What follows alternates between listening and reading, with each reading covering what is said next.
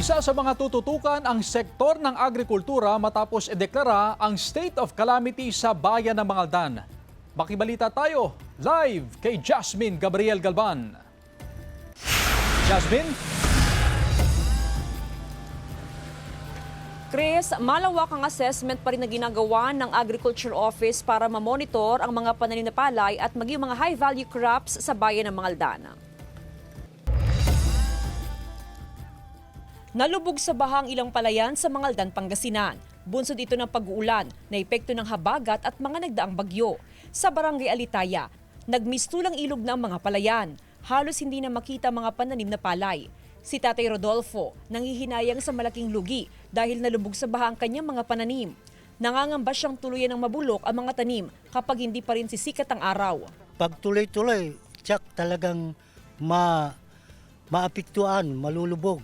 Kaya diyan kami na naman maghihirap na magsasaka kung talagang ito hindi titigil sa pagulan.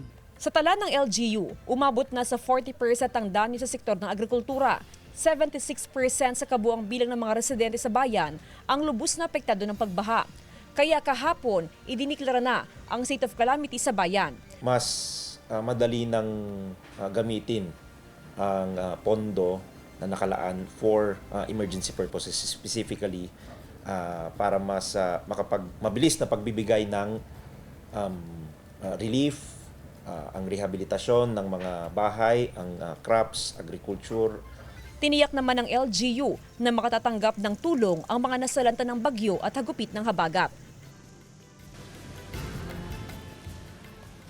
Chris, sa initial damages na report sa lokal na pamahalaan, aabot na sa 13.5 million pesos ang damages sa sektor ng agrikultura. Pinakamalaki dyan ang sa palay na aabot sa mahigit 12 million pesos. Samantala, matapos nga na maisailalim sa state of calamity, ang bayan ng Mangaldan ay asahan daw ang tulong na ipamamahagi sa mga apektadong magsasaka sa bayan ng Mangaldan.